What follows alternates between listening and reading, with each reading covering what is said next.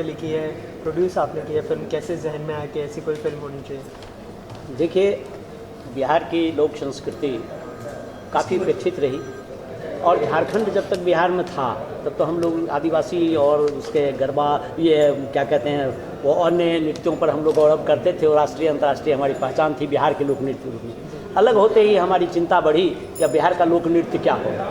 तो बिहार के लोक नृत्यों में काफ़ी तलाश शुरू किया और लगभग 54 लोक नृत्यों को ढूंढा, जिसमें जट जटिन को पहले बहुत प्रचलित भी है गांव-गांव में, और इसकी कहानियों में नारी वेदना, नारी संघर्ष और बहुत सारी बातें हैं।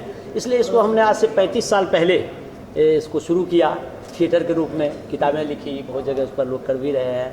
और थिएटर करने के बाद बिहार सरकार ने हमें जट जटिन का गुरु भी घोषित किया, तो राष्ट्रीय स्तर तक तो इसकी बात हमने पहुंचा दी। लेकिन लगा कि इसको थोड़ा सा फिल्मांकन किया जाए, इसको राष्ट्रीय स्तर पर और अधिक और अंतर्राष्ट्रीय स्तर तक भी इसकी ख्याति पहुंचाई जाए और इसकी पहचान दिलाई जाए। इसीलिए हमने उसमें सबटाइटल भी अंग्रेजी में आप देखे होंगे फिल्म में डाला है, ताकि इसके दूसरे देशों में भी इसका प्रदर्शन किया जा सके। इसके अलावा जो है फिल्म काफ़ी फिल्म फेस्टिवल में भी काफ़ी लोग पसंद कर रहे हैं फिल्म को, तो क्या कहना चाहेंगे इस बारे में, कितना प्राउड फील करते हैं इस बात को लेकर? नहीं, फिल्म फेस्टिवल में तो भेजना है ही और कुछ कहीं भेजा भी है, लेकिन अब वो फेस्टिवल तो बहुत चीज़ नस्ल तो है कि आम लोग कितने पसंद करते हैं और आम लोगों तक हम अपनी बात कहाँ तक पहुँचा पाते हैं। और अब संस्कृति जो आज बहुत हावी हो रही है हमारे संस्कार में, उनको कहाँ तक हम बचा सकते हैं अपनी संस्कृति के प्रभाव से, ये हमारा मूल उद्देश्य है। मतलब जैसे कि आपने कहा जट जजिंग की शुरुआत थिएटर से किया, तो कलाकारों का सिलेक्शन कैसे किया? थिएटर से कलाकारों को उठाया है या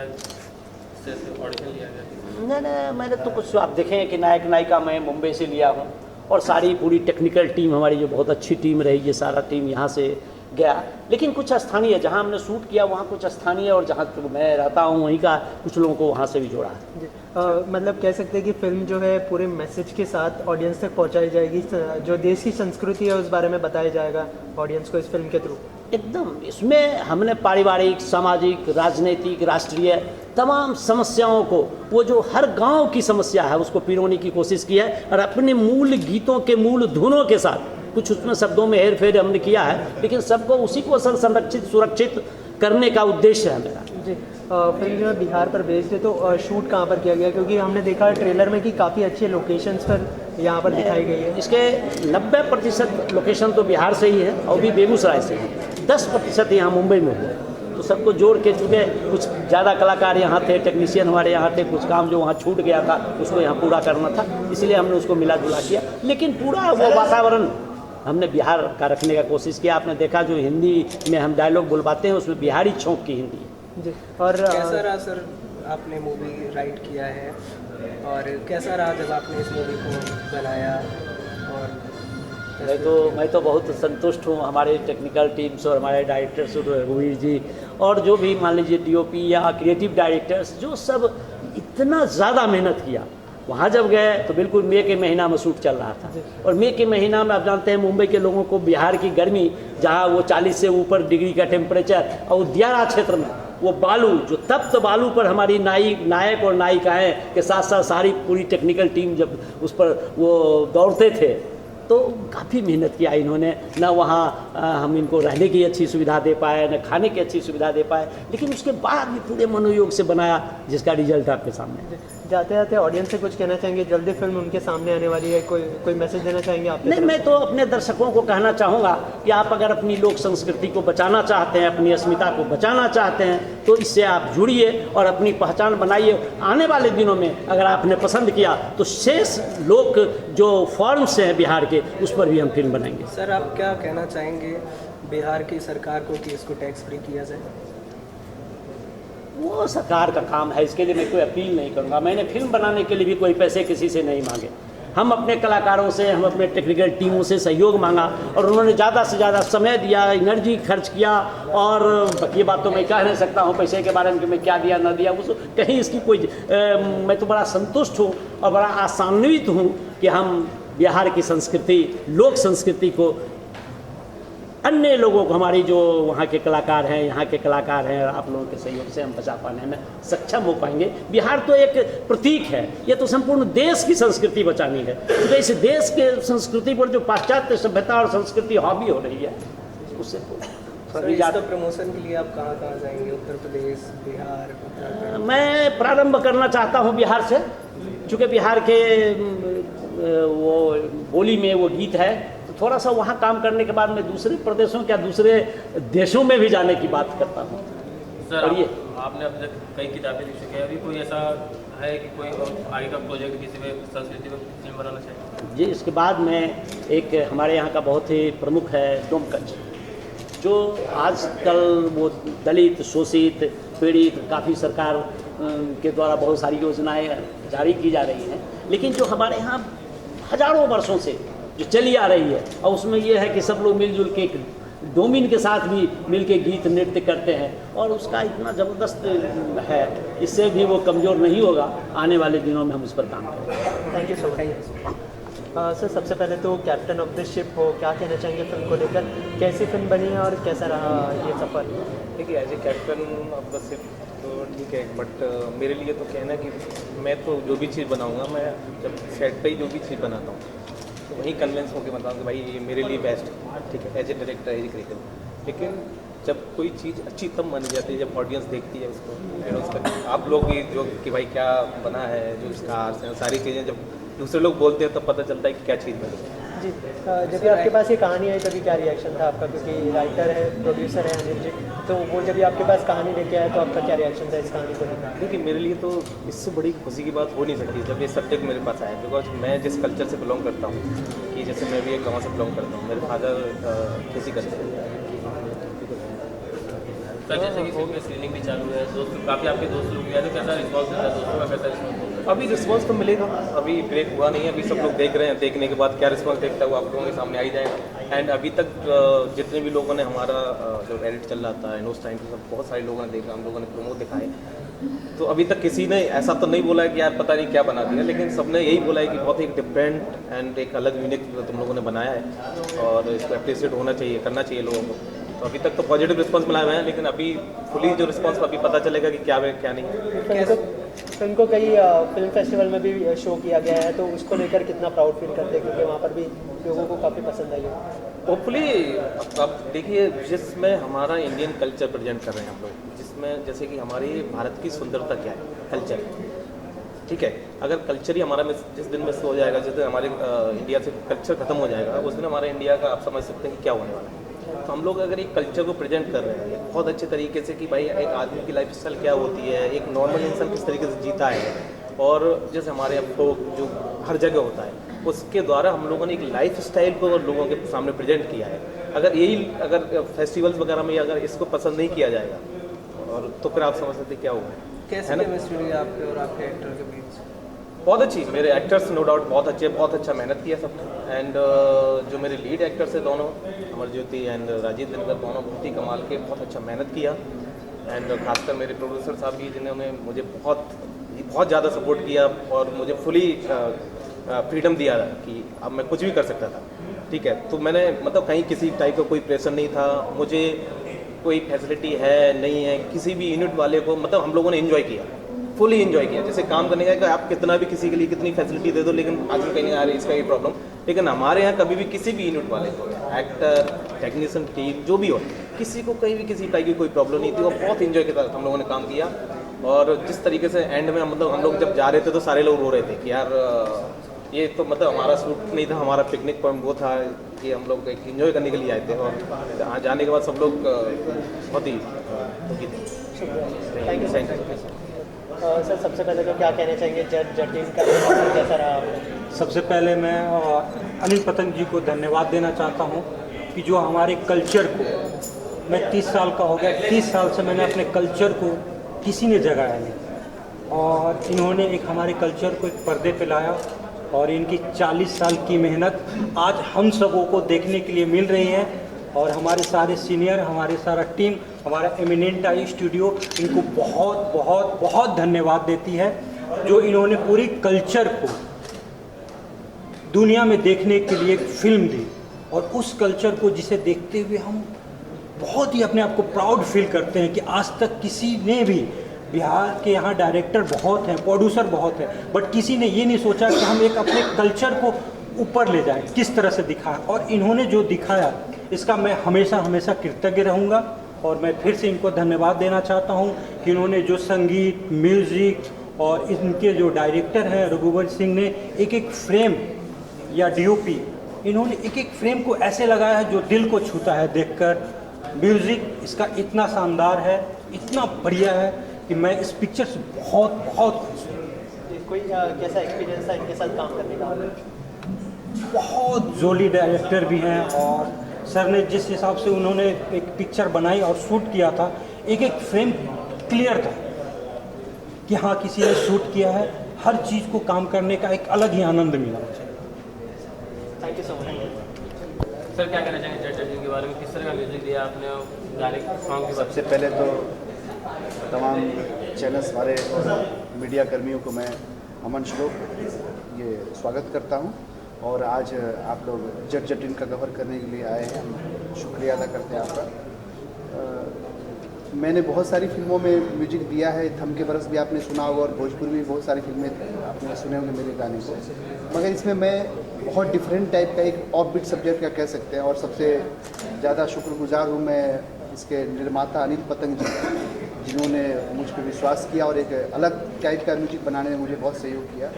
और लगभग 5 से 6 महीने तक हम लोग इस पर रिसर्च करते रहे कि बढ़िया से बढ़िया, बेहतरीन और डिफरेंट टाइप का, और जो पुराना भी हो और आज के ज़माने के हिसाब से भी उस टाइप का संगीत बनाने में सब लोगों का सहयोग है। और सिर्फ अमन श्लोक ही नहीं, इसमें हमारी पूरी टीम ने काम किया, पूरी टीम के साथ में हम लोगों ने काम किया और बहुत बेहतरीन संगीत बनाने में बनाया। और आप लोग बताएंगे कैसा बना है, क्या कैसा बना है। इनका कोई पसंदीदा गाना जो आप 2 लाइनें अगर सुनाना चाहें? 15-16 गाने हैं इस फिल्म में, मगर सबसे बेहतरीन जो मेरे दिल को छूता है वो गीत है, सुगा जे पुस्तौं भजन सुनैके धिया पोसी किछु नाही है। सुगा जे पुस्तौं भजन सुनैके धिया पोसी किछु नाही है। ये गाना बहुत पसंद है, मेरे दिल के करीब है। और फिर से आप लोगों का शुक्रिया अदा करता हूँ कि जट जटिन के गाने में खूब धूम मचाए। और जैसे मेरा गाना थम के बरस है, थम के बरस मेरा महबूब आने वाला है, आप लोगों ने सुन के और बजा के इसको हिट कराया, वैसे जट जटिन का संगीत और सबके जुबान पे आए, यही सबसे शुभकामनाएं मेरी कि ऐसे ही हिट हो। जट जटिन कैसी लगी आपको? अभी इंटरव्यू है, बहुत अच्छी फिल्म है, बहुत ही म्यूजिकल फिल्म है और अच्छी डायरेक्शन है। रघुवीर को मैं जानता हूँ, रघुवाला में काम किया है उनके साथ, तो फर्स्ट टाइम देख रहा हूँ वैसे मैं ऐसी, but it's very nicely made film और आई थिंक ऑडियंस को बहुत ही अच्छी लगी। कॉन्सेप्ट बहुत अच्छा है, मतलब कि वो जो जैसे हीर रांझा सोनी महिवाल है, वैसे ही जट जटिन करके रीजनल एरिया में आई थिंक लोग ज़्यादा जानते हैं उनके बारे में, बहुत ज़्यादा वर्ल्ड रिनोन्ड नहीं है, बट रीजनल एरिया में जो लोग उनके बारे में जानते हैं उनको देख के बहुत ही अच्छा लगा। हमारे देश की संस्कृति के बारे में बात हुई है, तो क्या कहना चाहेंगे, किस तरह का मैसेज देकर फिर वही है वो, मतलब कि उनके कल्चर के बारे में, कैसे वहाँ पर उनके जो जटिन की प्रॉब्लम्स थी जो उन्होंने फेस की है, और जो वहाँ का कल्चर फेस करता है, जो बैकवर्ड एरियाज़ हैं, वहाँ के सरपंच हैं, वहाँ की गवर्नमेंट एरियाज़ हैं, तो वो कैसे इस चीज़ को हैंडल करते हैं, वही एक बताया। अभी तो इंटरव्यू हुआ है, तो उतना ही देखेंगे I would be doing something for ZTV, it's unknown project, so I can't reveal about that, तो मैं तो TV कर रहा हूँ।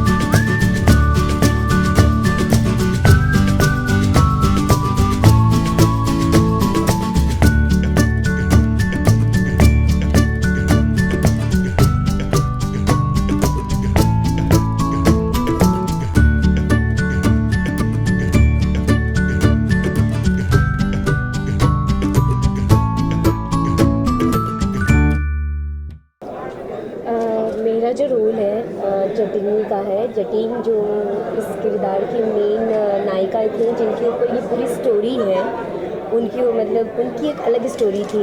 वो बहुत ही गरीब घर की औरत है, मतलब सॉरी लड़की थी, और उसकी शादी ऐसे घर में हो जाती है जहाँ पैसे को बहुत महत्व देते हैं। देखिए, जो गरीब है उनके लिए 1 रुपया भी बहुत कीमती होता है, और जो अमीर है उनके लिए भी करोड़ों रुपए कीमती होते हैं। तो ये जो कहानी है ये बेसिकली एकदम नॉर्मल परिवार की लड़की की कहानी है, जिसके यहाँ 1-1 रुपए की कीमत होती है।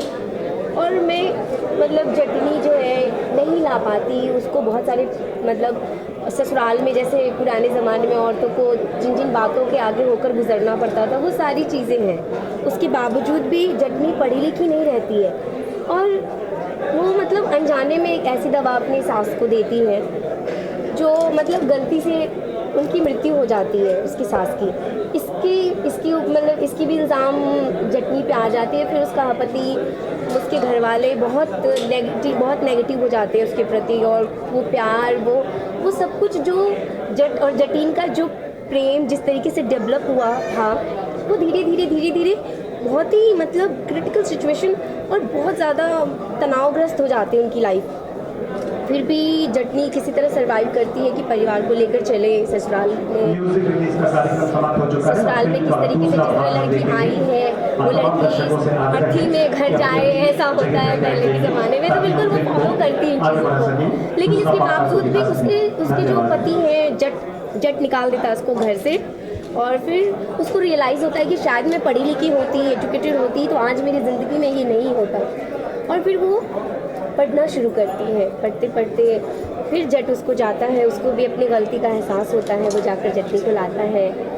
फिर जट पैसे की वही प्रॉब्लम, एक बेटा हो जाता है, फिर पैसे का झंझट प्रॉब्लम, फिर वो बाहर कमाने जाता है, और अकेले मतलब जटनी को बहुत स्ट्रगल करना पड़ता है। खेत जोतना, घर संभालना, लोगों के ताने सुनना, फैमिली वाले अगेंस्ट में होते। मतलब फाइनली मैं यही कहूँगी कि एक औरत के संघर्ष के ऊपर ये आधारित है फिल्म जटनी। एक प्रेम के ऊपर आधारित है जट जटिन कि इनके प्रेम आज से बहुत पुराने इतिहास के लिए बहुत मायने रखता है। और आज भी बिहार में स्पेशली मुझे मतलब जहाँ तक पता है, मैं तो जानती नहीं हूँ, लेकिन जहाँ तक मुझे बताते हैं लोग कि आज भी बिहार में न जाने कितने सालों से उनके गानों के ऊपर परफॉर्म करते आए हैं बच्चे, और आज भी करते हैं, और न जाने कितने युगों तक करेंगे। तो मैं बस स्पेशली थैंक्स करती हूँ अनिल पतंग जी का और रघुवीर जी का, और जिन लोगों ने मुझे इस कैरेक्टर के लिए सिलेक्ट किया उन सब का, कि मुझे इतनी पुरानी स्टोरी के ऊपर काम करने का मौका मिला, और एक ऐसी किरदार जटिनी जिसको दुनिया के हर लोग जानते हैं, जिसको मतलब जो एक परंपरा पे आधारित है, उस औरत के रोल को मैंने निभाया है। Thank you. कैसा लगा? देखिए, इस फिल्म में काम करके मुझे सबसे ज़्यादा इमोशनली फीलिंग्स बहुत आई, और मैं मतलब मुझे एहसास हुआ कि एक गांव की औरत की रूप, एक गांव की लड़की का रूप, उसके व्यवहार, उसके बात करने का तरीका, और कितना मतलब बहुत जैसे हम जैसी लड़कियां बहुत नॉर्मल लाइफ जीते हैं, लेकिन जटनी के रोल के लिए मुझे थोड़ा सा स्ट्रगल करना पड़ा, थोड़ा मेहनत करनी पड़ी, वर्कआउट करना पड़ा मुझे कैरेक्टर को रियलिटी में बदलने के लिए, ताकि लोगों को ये ना लगे कि मैं जटनी नहीं हूँ। मैं बस यही चाहती हूँ मेरे दर्शक मुझे जटनी ही समझें और वही समझें ज्योति नहीं। फिल्म का म्यूज़िक के बारे में, क्योंकि म्यूज़िक लोगों को काफ़ी पसंद आ रहा है फिल्म का, तो क्या कहते हैं इस बारे में? एक्चुअली ये जट जटिन जब मैं 8 में था तब से ही कर रहा हूँ, और गांव के माँ बहन से गाना सुन के उसके ट्यून को लेके, और फिर मैं संगीत का विद्यार्थी रहा। अभी मैं मुंबई में म्यूज़िक टीचर हूँ केंद्रीय विद्यालय में, और इसको हमने पहले नाटक के रूप में 700 शो किया, 700 शो किया, और इस प्रकार जो है, और इसके जीवंत को हमने बनाए रखा। और अभी अनिल पतंग जी जो इसके राइटर हैं, प्रोड्यूसर हैं, उन्होंने कहा ये फिल्म हम बनाते हैं और पारंपरिक धुन ही रखा जाए जैसा कि है, और ये लगभग 600 बरस पुराने सारे ट्यून्स हैं, उसको हमने किया और लगातार करते हुए यहाँ आया। हम ऐसा चाहेंगे कि फोक बिहार का पूरे वर्ल्ड में फेमस हो और आप लोगों का इसमें सहयोग बहुत ज़रूरी है और यही हम चाहेंगे। हम कोशिश किए हैं, गीत भी मेल की आवाज़ में मेरा है इसमें और संगीत तो मेरा और श्लोक जी का है। Thank you. दिल से दुआ है कि बहुत अच्छी चलेगी। Thank you sir. जो आप पूछेंगे हम बताएंगे। हाँ बताइए। या मुझे बोल देना है? नहीं, जो क्वेश्चन किया है उसका क्वेश्चन करेंगे ना? सर सामने देखो सर क्या कहना चाहेंगे सबसे पहले तो जट जटिन के बारे में? इस फिल्म के थ्रू सबसे बड़ी चीज़ जो है कि इस फिल्म के थ्रू एक नई संस्कृति जानने का मौका मिला है जिसको मैं नहीं जानता था बिहार में रहते हुए। और जो सबसे बड़ी बात है कि फिल्में जो बन रही हैं तो अधिकांश फिल्में हम अपने फैमिली के साथ नहीं देख पाते हैं, जो अधिकतर जो फिल्में बनी, लेकिन हम इस फिल्म को अपने पूरे परिवार के साथ देख सकेंगे। इतनी अच्छी फिल्म है, म्यूजिकल फिल्म है और संस्कृति को इसने दर्शाया है जो हम नहीं जानते। ये सबसे बड़ी खासियत है इसकी। Thank you so much. Thank you. सबसे पहले तो मैं Saila Chadha, film actor miss India, सबको नमस्कार करती हूँ। ये फिल्म एक सभी फिल्में लोग सभी बोलते हैं कि हटके हैं। ये हटके इसलिए हैं क्योंकि इसमें बाइलिंगुअल है और ये जो फिल्म है इसमें हिंदी भी है, मिथिलेश भी है, मिथिलेश भाषा भी है इसमें और मैथिली जो बोलते हैं ये भाषा है इसमें। और इसका एक और फ़ायदा है कि इसमें कोई बड़े स्टार्स ऐसे किसी को नहीं लिया है, बल्कि ये अगर मेहनत करेंगे तो ये खुद ही स्टार्स बन जाएंगे। तो कोई किसी का ये नहीं होता है कि कोई बॉर्न स्टार होता है या ऐसा कुछ होता है। सबकी एक पहली फिल्म होती है, सब न्यू कमर्स होते हैं और मैं तो कहती हूँ हम सब अभी तक न्यू कमर्स है। बिकॉज हर रोज़ हमें एक सर्वाइवल ऑफ द फिटेस्ट बोलते हैं, तो हर रोज़ हम जीने की एक तरीका सीखते हैं। वैसे ही इस फिल्म में बहुत सारी चीज़ें हैं जिसमें हमारा हिंदुस्तान की सभ्यता के बारे में बहुत कुछ मालूमात होगी नॉर्थ से जो रिलेटेड है। तो मुझे तो लगता है कि ये फिल्म लोगों को देखनी चाहिए एंड मैं प्रोड्यूसर्स, पूरे कास्ट, क्रू सबको ऑल द बेस्ट बोलती हूँ and I wish you all the best and I hope ये फिल्म डेफिनेटली चले बिकॉज हर फिल्म को चलनी चाहिए। बहुत सारे लोग, बहुत सारे फैमिलीज़ इससे जुड़े हुए हैं। तो अगर एक फिल्म की मेहनत को सराहा जाए, उसके कास्ट और क्रू को वो क्रेडिट मिला जाए तो आगे और अच्छे अच्छे एंटरटेनमेंट के प्रोजेक्ट्स हम आपको दे पाएंगे। तो इसीलिए हर फिल्म को अच्छी तरह से देखिए एंड एंजॉय कीजिए। All the best. Thank you. आपका कोई अपकमिंग आई एम डूइंग, अभी मैंने एज एन एक्टर मैं खैर 10 साल की उम्र से मोर देन 50 सक्सेसफुल फिल्में की हैं, जिसमें मैं हमेशा बोलती हूँ हम आपके हैं कौन मेरी फिल्म है, लेकिन मैं कहती हूँ मैं हम आप ही की हूँ। तो मैं तो यही कहूँगी कि अभी मेरी 2 हिंदी फिल्में हैं, एक इंटरनेशनल फिल्म है, एक शॉर्ट फिल्म की भी है। तो आपको मैं अभी डिस्क्लोज़ नहीं करूँगी, लेकिन बहुत जल्द आप मुझे स्क्रीन पे वापस देखेंगे and I wish you all the best and मेरी फिल्में ज़रूर देखिएगा और ये फिल्म भी ज़रूर देखिएगा। All the best. Thank you.